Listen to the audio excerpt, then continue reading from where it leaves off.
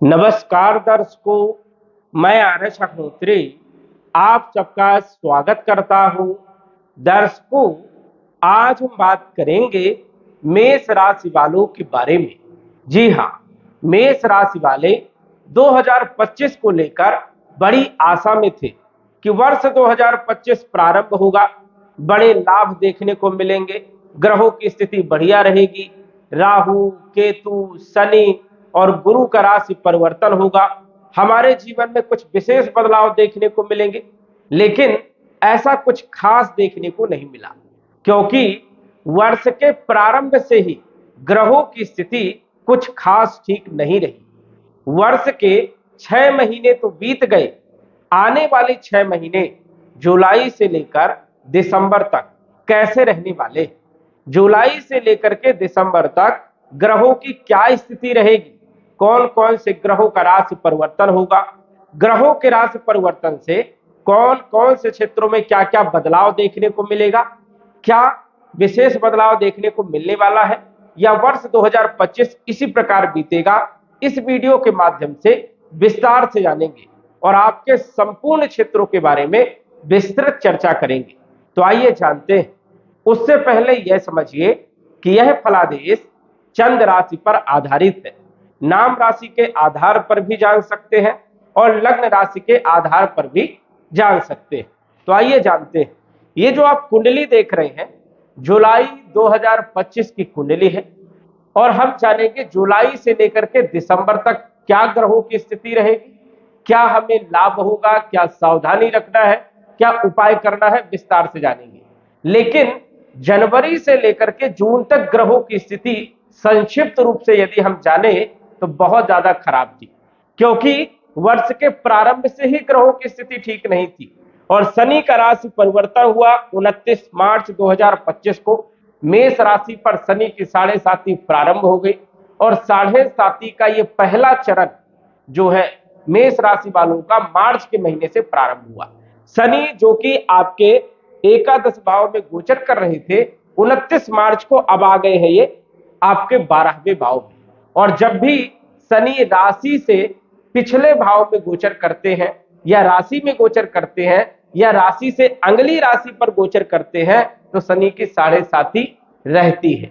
तो शनि की 7.5 7.5 वर्षों तक चलने वाली है। लेकिन शनि के क्या प्रभाव देखने को मिलने वाले हैं, इस पर भी हम विस्तार से चर्चा करेंगे। सबसे पहले यदि हम शनि की बात करें तो शनि का राशि परिवर्तन जब 29 मार्च को हुआ तब शनि अस्त अवस्था में गोचर कर रहे थे और शनि जो है 9 अप्रैल तक अस्त अवस्था में थे। इस कारण से कोई खास अच्छे परिणाम देखने को नहीं मिले। वैसे भी देखा जाए तो शनि की 7.5 का जो पहला चरण होता है वो थोड़ा कष्टदायी होता है। अब जिन लोगों की कुंडली में शनि बहुत ज्यादा खराब स्थिति में है या फिर मारक है या फिर पाप प्रभाव में है, उन लोगों का समय तो शनि की 7.5 प्रारंभ होने से ही ज्यादा खराब प्रारंभ हुआ। लेकिन जिन लोगों की कुंडली में शनि की स्थिति अच्छी है, उन लोगों को कोई खास शनि से दुष्परिणाम देखने को नहीं मिल रहे हैं। तो आप इस वीडियो के माध्यम से समझ सकते हैं कि आपकी कुंडली में शनि की स्थिति कैसी है और किस प्रकार से आपको परिणाम देखने को मिल रहे हैं। शनि जो है अप्रैल के महीने तक 9 अप्रैल तक अस्त अवस्था में होने के कारण कोई खास ना ज्यादा बुरे परिणाम और ना ही ज्यादा अच्छे परिणाम देने का काम किया, जबकि अन्य ग्रहों की स्थिति जो है अलग है। हम अभी बात कर रहे हैं शनि के बारे में।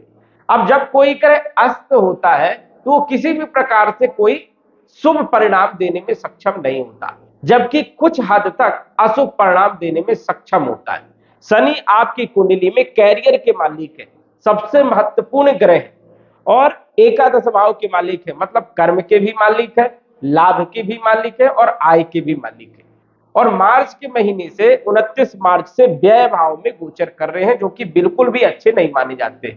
अब कुंडली में शनि कितने भी अच्छे हो लेकिन फिर भी खर्चे बहुत ज्यादा बढ़ा देंगे, क्योंकि 12वां भाव जो होता है ये होता है व्यय का, नुकसान का, खर्चों का, हॉस्पिटल का, कोर्ट कचहरी का। और इस भाव में जब भी शनि का गोचर होता है तो इनसे संबंधित कहीं ना कहीं परेशानियां बढ़ती है, क्योंकि शनि का एक रोल होता है, शनि जिस स्थान में विराजमान होते हैं उस स्थान के फलों में वृद्धि कर देते हैं। अब यदि वो भाव अच्छा है तो अच्छे फलों में वृद्धि करेंगे, और यदि वो भाव खराब है तो समझिए कि खराब फलों में वृद्धि करेंगे। 12वां भाव अच्छा नहीं माना जाता, क्योंकि ये व्यय का है, नुकसान का है, खर्चों का है, हॉस्पिटल का है। स्वाभाविक है कि मेष राशि वालों के जब से शनि की 7.5 प्रारंभ हुई है मार्च के महीने से, परेशानियां बढ़ी। और परेशानियां क्या बढ़ी है?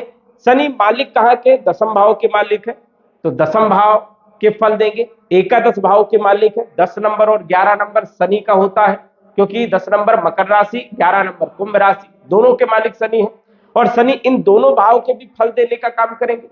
शनि जहां पर विराजमान होते हैं वहां के भी फल देते हैं।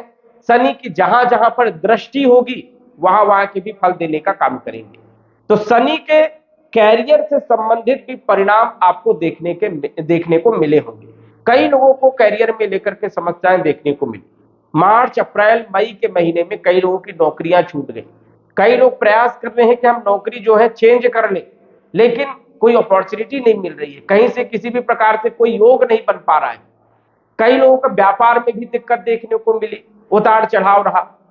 शनि जो है 12वें भाव में जब गोचर करते हैं तो मानसिक टेंशन भी देने का काम करते हैं। अब शनि जो है एकादश भाव के भी मालिक है, और एकादश भाव होता है लाभ का, आय का। तो स्वाभाविक है कि आय में कमी देखने को मिली।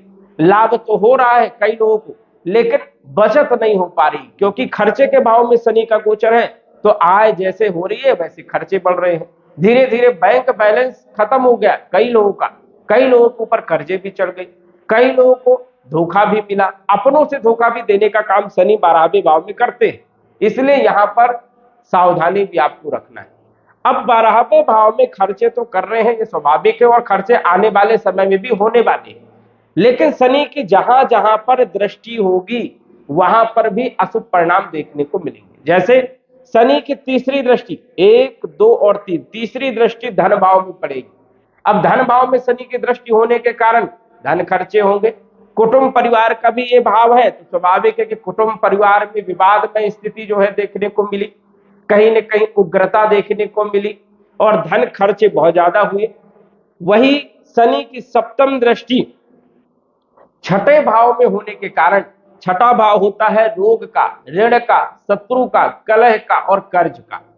देखने को मिला कि शत्रु पैदा हुए, अपने ही लोग शत्रु बन गए, पीठ पीछे बुराइयां होने लगी।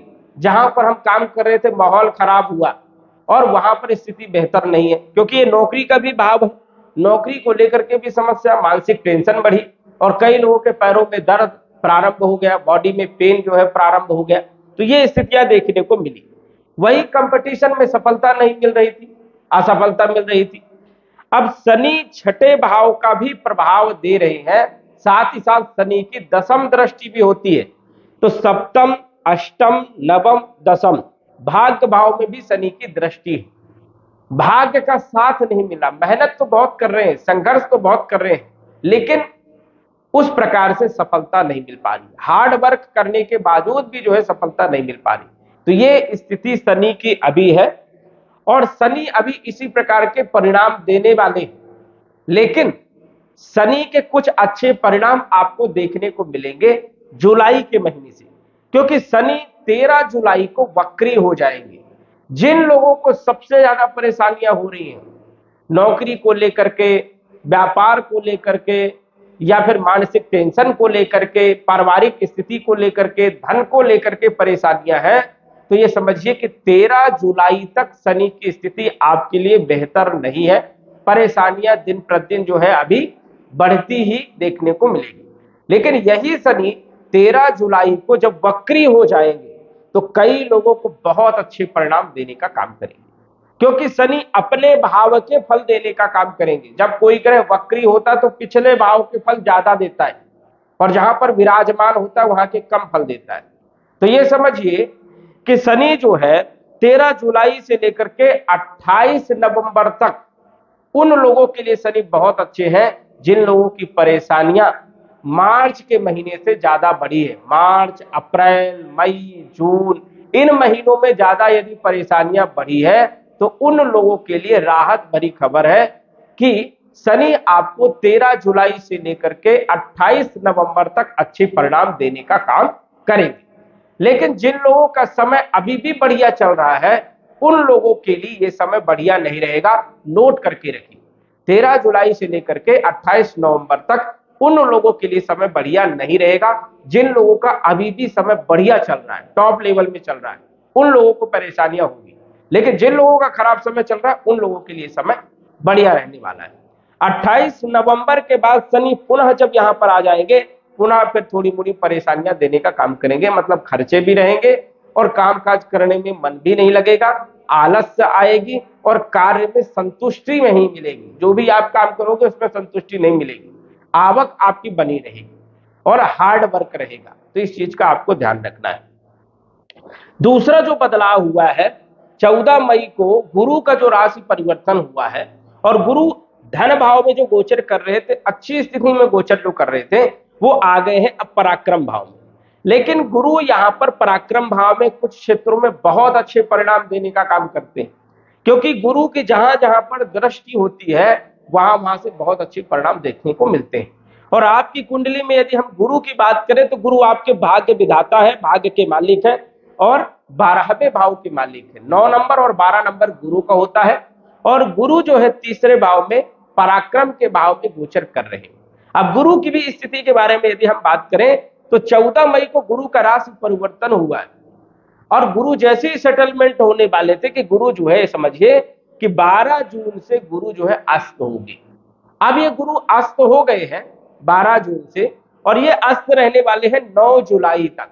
तो कोई खास अच्छे परिणाम 9 जुलाई तक देखने को नहीं मिलेंगे, क्योंकि कोई भी ग्रह जब अस्त होता है तो वो अपने शुभ प्रभाव देने में जो है सामर्थ्य नहीं होता है।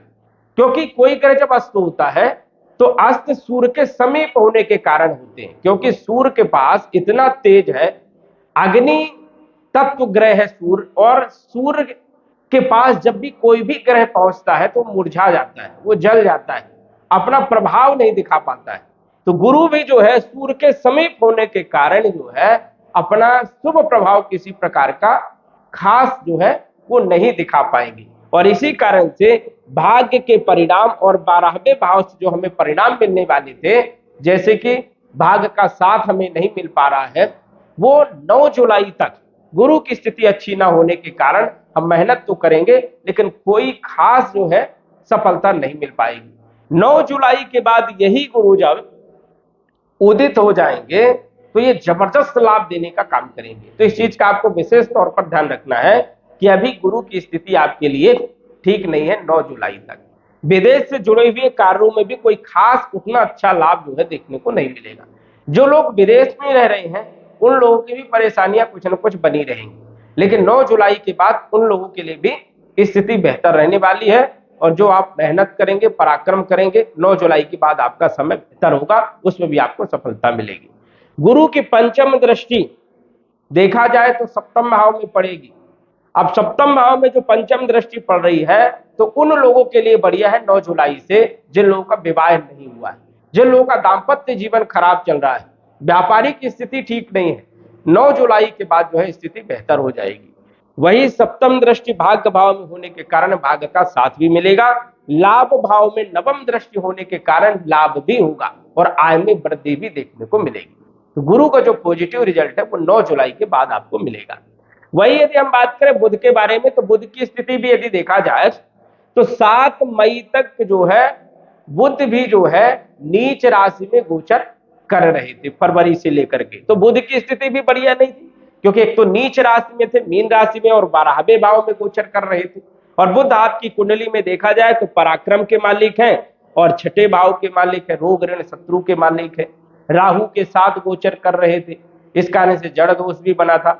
और 7 मई तक बुध की स्थिति बढ़िया नहीं थी। 7 मई से बुध जो है थोड़ा ठीक स्थिति में आया, जिससे कुछ स्थितियां जो है बेहतर देखने को मिली, जैसे व्यापारिक स्थिति, बुद्धि, पराक्रम, इन क्षेत्रों में जो है थोड़ा सा जो है एक अच्छी सिचुएशन बनी। लेकिन बुध की स्थिति भी ये समझिए कि वर्ष के प्रारंभ से ही खराब स्थिति थी, इस कारण से कोई खास अच्छे परिणाम देखने को नहीं मिले। सबसे बड़ा बदलाव यदि हम बात करें तो मंगल, जो कि मंगल लंबे समय से खराब स्थिति में थे, और मेष राशि वालों के लिए सबसे महत्वपूर्ण ग्रह मंगल है, क्योंकि ये लग्न के मालिक है, ये राशि के मालिक, और अष्टम भाव की भी मालिक है, लगन भाव की भी मालिक है। देखने को मिला कि कई लोगों के स्वास्थ्य में भी दिक्कत देखने को मिली, काम करने का मन नहीं लग रहा था, आलस आ रही थी, किसी भी कार्य में संतुष्टि नहीं मिल पा रही थी, सफलता नहीं मिल पा रही थी, खूब मेहनत करने के बाद भी सफलता नहीं मिल पा रही थी। तो ये मंगल की स्थिति ठीक नहीं थी, क्योंकि मंगल जो है चौथे भाव में नीच राशि में लंबे समय से गोचर करते हुए आए। वैसे तो देखा जाए तो मंगल 3 अप्रैल से 7 जून तक जो है नीच अवस्था में थे। इस कारण से विवादमय स्थिति भी देखने को मिली, भूमि भवन प्रॉपर्टी से जुड़ी हुए कार्यों में भी जो है कोई सफलता नहीं मिली, भाइयों के साथ मतभेद वाली भी स्थिति देखने को मिली, और वाहन से संबंधित या चोट चपेट लगने वाली भी संभावनाएं कई लोगों को देखने को मिली। मंगल की स्थिति 7 जून से जो है थोड़ी बेहतर हुई, लेकिन उसे भी हम पूरी तरह से बेहतर नहीं कहेंगे, क्योंकि केतु के साथ गोचर कर रहे हैं। हालांकि केतु उतना नुकसान नहीं करता और मंगल मित्र के घर में है, त्रिकोण भाव में है, तो ये समझिए कि एक अच्छी स्थिति भी है। थोड़ी थाड़ जो परेशानी है वो केतु थोड़ा सा विलंब करेगा, थोड़ा सा रुकावटें करेगा और पेट से जुड़ी हुई कुछ समस्याएं भी पैदा करने का काम करेगा। लेकिन मंगल की स्थिति आपके लिए बेहतर हो जाएगी। मंगल स्वास्थ्य को बेहतर करने का काम करेंगे, कॉन्फिडेंस देने का काम करेंगे, नई अपॉर्चुनिटी देने का काम करेंगे। जो काम काज में मन नहीं लग रहा था वो अब जो है स्थिति में सुधार होगा। और मंगल जो है आपके अष्टम भाव के मालिक है। जो सटल प्रॉब्लम आ रही थी, एंड टाइम पे समस्याएं आ रही थी, वो अब नहीं आएंगी, क्योंकि मंगल की अब स्थिति बढ़िया है। और यही मंगल सबसे अच्छी स्थिति में आ जाएंगे, ये समझिए 28 जुलाई से, क्योंकि 28 जुलाई से मंगल छठे भाव में आएंगे, स्वतंत्र रूप से काम करेंगे, तो ये आपके लिए सबसे बढ़िया स्थिति रहेगी, क्योंकि ये विपरीत परिवर्तन राजयोग भी बनाएंगे और छठे भाव में मंगल का गोचर सबसे बढ़िया माना जाता है, क्योंकि मंगल तीसरे भाव में, छठे भाव में और एकादश भाव में, इन 3 ही भाव में सबसे अच्छे परिणाम देने का काम करते हैं।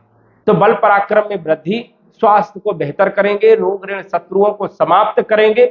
कोई विवादमय स्थिति थी या कंपटीशन में सफलता नहीं मिल पा रही थी, तो 28 जुलाई के बाद ये समय आपके लिए दिसंबर तक बढ़िया रहने वाला है, कोई प्रॉब्लम वाली बात नहीं रहेगी। तो मंगल की स्थिति ये समझ जाइए कि 28 जुलाई से आपके लिए सबसे बढ़िया रहने वाली है, टॉप लेवल की, जो कि स्वास्थ्य को बेहतर करेंगे और अपॉर्चुनिटी देने का काम करेंगे। सडल जो प्रॉब्लम, ससुराल पक्ष से कोई दिक्कत या कुछ न कुछ परेशानियां जो आ रही थी पारिवारिक स्थिति को, आर्थिक स्थिति को लेकर के, वो आपकी सुधरेगी। इसके बाद शुक्र की स्थिति देखा जाए तो 28 फरवरी से 31 मई तक मीन राशि में थे। शुक्र अच्छी स्थिति में थे, लेकिन ये भी जो है राहु के साथ थे, इस कारण से स्वतंत्र रूप से शुक्र के अच्छे परिणाम भी देखने को नहीं मिले। और आपने देखा कि मार्च के महीने से लेकर मई के महीने तक 5 ग्रहों की युति जो है आपके 12वें भाव में थी, जो कि बिल्कुल भी अच्छी नहीं मानी जाती। इस कारण से सबसे ज्यादा खर्चे देखने को मिले, सबसे ज्यादा परेशानियां देखने को मिली, अशांति देखने को मिली, कर्जे जो है कई लोगों के ऊपर चढ़ गए, विवाद में स्थिति रही, मनमुटाव हुआ, कई लोगों की नौकरी चली गई। ये इस कारण से क्योंकि 12वें भाव में ये युति बिल्कुल भी अच्छी नहीं मानी जाती। 18 मई 2025 को राहु केतु का राशि परिवर्तन हुआ, राहु की स्थिति आपके लिए बेहतर हो गई और केतु की स्थिति भी आपके लिए काफी हद तक बेहतर हो गई। राहु लाभ भाव में बहुत अच्छे परिणाम देने का काम करता है, लेकिन अच्छे परिणाम आपको कब से मिलेंगे? ये अच्छे परिणाम आपको जुलाई के महीने से देखने को मिलने वाले हैं, क्योंकि जुलाई के महीने से राहु भी एक्टिव हो जाएंगे और लाभ भाव का राहु बहुत अच्छा माना जाता है। तो ये समझिए कि राहु की स्थिति भी आपके लिए जुलाई के महीने से बेहतर होने वाली है। और राहु लाभ भाव में अचानक बड़े बड़े लाभ देने का काम करता है, अकस्मात लाभ देने का काम करता है, आय के कई सारे स्रोत बना देता है। तो ये सबसे अच्छी स्थिति राहु की रहने वाली है जुलाई से लेकर के दिसंबर तक। उसके बाद यदि हम बात करें केतु के बारे में, तो पंचम भाव में केतु के भी अच्छे परिणाम देखने को मिलते हैं। यहाँ पर आध्यात्मिक क्षेत्रों से लगाव बढ़ा देते हैं, धार्मिक शिक्षा, गूढ़ ज्ञान का यदि प्राप्त करना चाहते हैं, ज्योतिष, तंत्र विद्या, इन क्षेत्रों में यदि जाना चाहते हैं, तो केतु यहाँ पर सपोर्ट करने का काम करता है। लेकिन परेशानियां ये उत्पन्न यहाँ पर केतु करेगा, पेट से जुड़ी हुई कुछ समस्याएं देने का काम करेगा। तो खान पान पर आपको थोड़ा सा ध्यान रखने की यहाँ पर जरूरत है। यदि हम बात करें जुलाई से लेकर के दिसंबर तक ग्रहों की स्थिति के बारे में, 9 जुलाई से उदित हो जाएंगे गुरु, जो आपके लिए बहुत अच्छे रहने वाले हैं, भाग्य के लिए और विदेश की यात्राओं के लिए और शिक्षा के लिए। इन क्षेत्रों में सफलता आपको मिलना प्रारंभ हो जाएगी। 13 अगस्त से पुनर्वसु नक्षत्र में जो है बृहस्पति आएंगे, पूर्ण रूप से शुभ परिणाम देने का काम करेंगे, एक्टिव हो जाएंगे, बहुत अच्छे परिणाम आपको मिलेंगे। धन से जुड़ी हुई परेशानियां, गुरु धन के कारक है, विवाह के कारक है, संतान के कारक है और शिक्षा के कारक है। इन सभी क्षेत्रों की स्थिति सबसे बढ़िया देखने को मिलेगी 13 अगस्त के बाद। और उसके बाद की यदि हम बात करें तो गुरु जो है 18 अक्टूबर को कर्क राशि में आएगा, जो कि पंच महापुरुष में से एक राजयोग बनेगा, हंस नामक राजयोग। और ये राजयोग बहुत अद्भुत माना जाता है। ये दिसंबर तक रहेगा, 5 दिसंबर तक। तो गुरु अद्भुत परिणाम देने का काम करेंगे। जिस चीज में आप हाथ डालोगे आपको सफलता जरूर देखने को मिलेगी, क्योंकि गुरु का आपके ऊपर प्रभाव विशेष तौर पर देखने को मिलेगा। तो गुरु सबसे अच्छे परिणाम आपको जुलाई के महीने से देना प्रारंभ करेंगे और धीरे धीरे और अच्छे परिणाम आपको मिलेंगे। 16 जुलाई को कर्क राशि में सूर्य भी आ जाएंगे। सूर्य की स्थिति आपके लिए वैसे भी देखा जाए दिसंबर तक अच्छी है, कोई खास जो है दिक्कत वाली बात नहीं है। और सूर्य जो है पंचम भाव के मालिक है, तो शिक्षा, संतान, लव लाइफ की स्थिति बेहतर रहने वाली है, कोई दिक्कत वाली बात नहीं। 30 अगस्त को सिंह राशि में बुध भी आ जाएंगे। बुध की स्थिति भी यदि हम देखें तो दिसंबर तक ठीक ठाक है, मोटा मोटा यदि देखें तो अच्छी है, कोई विशेष दिक्कत वाली बात नहीं है। शुक्र की स्थिति भी यदि हम बात करें तो 26 जुलाई से मिथुन राशि में शुक्र आ जाएंगे, जो कि दिसंबर तक यदि हम बात करें तो शुक्र की स्थिति भी आपके लिए बहुत अच्छी है, कोई विशेष दिक्कत वाली बात नहीं है। शुक्र भी जो है सपोर्ट करेंगे वैवाहिक जीवन को लेकर के, धन को लेकर के, और अभी भी शुक्र जो है आपका सपोर्ट कर रहे हैं। तो शुक्र की स्थिति आपके लिए बढ़िया है, कहीं ना कहीं धन के स्रोत पैदा करने का काम करेंगे। 28 जुलाई से मंगल की स्थिति आपके लिए बेहतर है, दिसंबर तक मंगल आपको अच्छे परिणाम देंगे। 13 जुलाई से शनि वक्री होंगे, तो उन लोगों के लिए बहुत अच्छी परिणाम देंगे जिनका अभी समय खराब चल रहा है, उन लोगों के लिए नवंबर तक समय बहुत शानदार रहेगा। 18 अक्टूबर को कर्क राशि में जब गुरु आएंगे तो अद्भुत परिणाम देंगे, और 5 दिसंबर को पुनः जब मिथुन राशि में गुरु आएंगे तो पर भी अच्छी स्थिति रहने वाली है। लेकिन ये नोट कर लीजिए कि सबसे बढ़िया जो टाइम आपका रहने वाला है वो आपका जुलाई से लेकर के दिसंबर तक का समय बढ़िया रहेगा। वही देखा जाए तो कुछ ग्रह आपको परेशान करेंगे। जैसे अभी की यदि हम स्थिति के बारे में बात करें तो शनि और मंगल, ये दोनों, शनि मंगल की जो षडाष्टक स्थिति है ये 7 जून से लेकर के 28 जुलाई तक अच्छी नहीं है, इस चीज का आपको ध्यान रखना है। 28 जुलाई तक अभी भी षडाष्टक दोष है, वाहन चलाते समय सावधानी रखना है, दुर्घटना के योग बन सकते हैं, अचानक किसी के साथ विवाद हो सकता है, मनमुटाव वाली स्थिति बन सकती है, इसलिए फूक फूक करके कदम रखना है। जुलाई के बाद जैसे ही मंगल छठे भाव में आएंगे सारी समस्याएं दूर हो जाएगी। यात्रा भी यदि आप कर रहे हैं तो 7 जून से लेकर के 28 जुलाई तक जो है कम यात्रा करें, और वाहन चलाने में भी थोड़ी सी आपको ध्यान रखना पड़ेगा, सावधानी रखना पड़ेगा विशेष तौर पर, क्योंकि ये षडाष्टक दोष कहीं ना कहीं अच्छा दोष नहीं माना जाता, ये एक नकारात्मकता फैलाता है और कहीं ना कहीं परेशानियों को बढ़ावा देता है। तो ये अभी भी स्थिति जो है बेहतर नहीं है, इस चीज का आपको विशेष तौर पर ध्यान देना है। वही शनि के लिए यदि हम बात करें तो 7.5 आपके ऊपर चल रही है। शनि कहीं ना कहीं नकारात्मक प्रभाव तो डालने का काम करेगा, लेकिन उन लोगों के लिए शनि की 7.5 में कोई ज्यादा नुकसान वाला समय नहीं रहेगा जिन लोगों की कुंडली में शनि मकर राशि में विराजमान है, कुंभ राशि में विराजमान है, तुला राशि में विराजमान है, वृषभ राशि में है या मिथुन कन्या राशि में है, उन लोगों के लिए कोई ज्यादा दिक्कत वाली बात नहीं है। शनि की 7.5 रहेगी, लेकिन कोई दुष्प्रभाव जो है देखने को नहीं मिलेगा। लेकिन जिन लोगों की कुंडली में शनि मेष राशि में विराजमान है, या फिर वृश्चिक राशि में विराजमान है, कर्क राशि में विराजमान है, या फिर देखा जाए तो मीन राशि में विराजमान है, या शत्रु राशि में सिंह राशि में विराजमान है, तो उन लोगों की परेशानियां बढ़ेगी और शनि कहीं ना कहीं अपना दुष्प्रभाव डालने का काम करेगा। या शनि राहु केतु के साथ बैठा है, या राहु की महादशा, शनि की महादशा या अंतरदशा इन दोनों ग्रहों की चल रही है, तो परेशानियां रहेंगी, क्योंकि ये ग्रह नकारात्मक ग्रह है और कहीं ना कहीं जो है बुरा प्रभाव डालने का काम करते हैं। ये ग्रह कितने भी अच्छे हो जाएं, लेकिन फिर भी अच्छे के साथ साथ कुछ न कुछ बुरा भी करेंगे। जैसे राहु बहुत ऊंचाइयों तक पहुंचा तो देगा, लेकिन उसके पीछे कुछ न कुछ बुराइयां भी लगा देगा, क्योंकि ये नकारात्मक ग्रह, ये अपना प्रभाव जो है दिखाएंगे ही दिखाएंगे। यदि आज आप करोड़पति बन गए हैं, लेकिन उसके साथ 4 परेशानियां भी लगा देंगे, आपको भय बना रहेगा, डर बना रहेगा। तो ये राहु केतु शनि जो है ये अशुभ ग्रह माने जाते हैं। ये यदि अच्छा भी करते हैं तो उसके साथ साथ कुछ न कुछ परेशानियां भी देने का काम करते हैं। लेकिन अच्छा ज्यादा करते हैं यदि अच्छे हैं तो ये बहुत जल्दी किस्मत को बदलने का काम भी करते हैं। ये ग्रह क्षणिक मात्र में बहुत ऊंचाइयों तक भी पहुंचाने का काम करते हैं, लेकिन ये अशुभ हो जाए तो बहुत ज्यादा परेशान भी करने का काम करते हैं। यदि महादशा राहु की है, शनि की है, केतु की है या मारक ग्रहों की है तो परेशानियां कुछ न कुछ बनी रहेंगी। लेकिन ये जो ग्रहों का बदलाव है जुलाई के महीने से, ये समझिए कि ये सबसे बढ़िया है। जुलाई के महीने से गुरु की स्थिति बढ़िया होगी और अगस्त के महीने से तो ये समझिए कि और अच्छी स्थिति आपकी बनने वाली है, क्योंकि ग्रहों की पोजीशन आपके लिए बेहतर है। तो आशा है कि इन ग्रहों का शुभ प्रभाव आपको देखने को जरूर मिलने वाला है। तो दर्शकों, आज बस इतना ही। धन्यवाद। यदि आप अपनी कुंडली का विश्लेषण घर बैठे करवाना चाहते हैं तो दिए गए व्हाट्सएप नंबर से संपर्क करें। साधारण फीस जमा करके आप अपनी कुंडली का विश्लेषण फोन के माध्यम से घर बैठे ही करवा सकते हैं और जान सकते हैं अपने भूत, भविष्य और वर्तमान के बारे में। धन्यवाद। WhatsApp number 9479893911।